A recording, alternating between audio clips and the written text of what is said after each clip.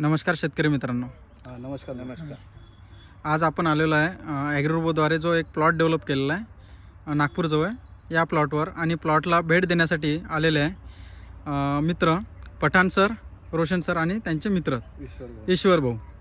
तर आपण पठाण सरकडून आणि ईश्वर भाऊ आणि तसेच रोशन सरकडून आपल्या प्लॉटला भेट दिल्यानंतर काही गोष्टी जाणून घेऊया त्यांच्याकडून. काय वाटलं त्यांना? सर, आम्ही हे बघितलं. आता तुम्ही 1.5 वर्षाचं मोसंबीचं झाड सांगत आहे आम्हाला. बरोबर. आम्हाला पाहून आश्चर्य वाटत आहे का 1.5 वर्षाच्या झाडाला एवढी मोठी फळं कशी लागली आहे. आणि याचं एवढं डेव्हलपमेंट पाहून, याचं डेव्हलपमेंट पाहून आणि याची क्वालिटी पाहून आम्हाला स्वतः विश्वास नाही होऊन राहिला का 1.5 वर्षामध्ये आपल्याला एवढे मोठे फळं आणि उत्पादन भेटू शकते असं आहे. आणि म्हणजे आपल्याला 5 वर्ष वाट पाहायची आवश्यकता नाही आहे. 1.5 वर्षामध्ये आपल्याला पैसे येण्याची सुरुवात होत आहे. तर आपलं इन्व्हेस्टमेंट कमी आहे पण उत्पन्न जास्त दिसत आहे. मला आता पाहून आश्चर्य वाटत आहे. आणि मी तर सांगतो माझ्या मतानं का मला एकदम खुशी होऊन राहिली आहे प्लॉट पाहून.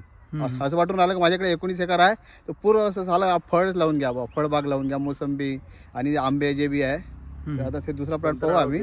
संत्रा कसा वाटला तुम्हाला? आपला संत्रा बी चांगला वाटला. आणि अंतराबद्दल जे आपण बोललो त्याबद्दल तुमचं काय मत आहे? म्हणजे आमच्या अंतर हे जमिनीप्रमाणे तर तुम्ही इथे बरोबर दिला आहे. कारण की हे जमीन थोडी 3ऱ्या लेवलमध्ये मोडते ना. खूप जास्त हलकी मुरुम भुरभुसी जमीन आहे हा ना. जर काळीची राहिली असेल थोडं डिस्टन्स आपल्याला वाढवा लागलं असतं. बरोबर. त्याच्यामुळे हे व्यवस्थित आहे. बरोबर. जमिनीच्या हिशोबाने बरोबर आहे. याच्यामध्ये अंतराचा कसं काही डिस्टर्ब वाटत नाही आम्हाला. चांगला आहे. रोशन सर काय म्हणता की लावायचा का बगीचा? लावायचं यावर्षी तुमच्या हाताने पूर्ण बगीचा लावायचा. धन्यवाद. सक्सेस करून द्यायची तुमची गॅरंटी. बरोबर.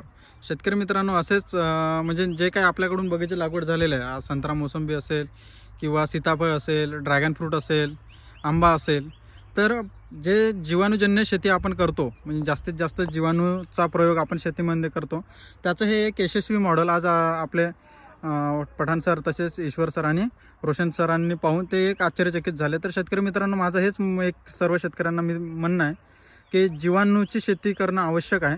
कुठलाही बगीचा लागवड करत असाल तर शक्यतो जास्तीत जास्त मोठ्या प्रमाणात जीवाणू वापरणं शेतीमध्ये आवश्यक आहे. धन्यवाद. धन्यवाद सर.